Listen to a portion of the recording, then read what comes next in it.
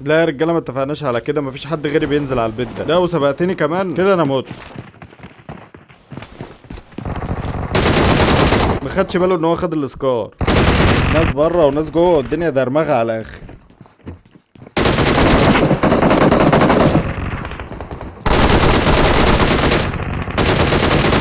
دماغك ده يا اخويا. انت بتعمل ايه عندك يا ابني؟ هتهرب تروح فين طيب؟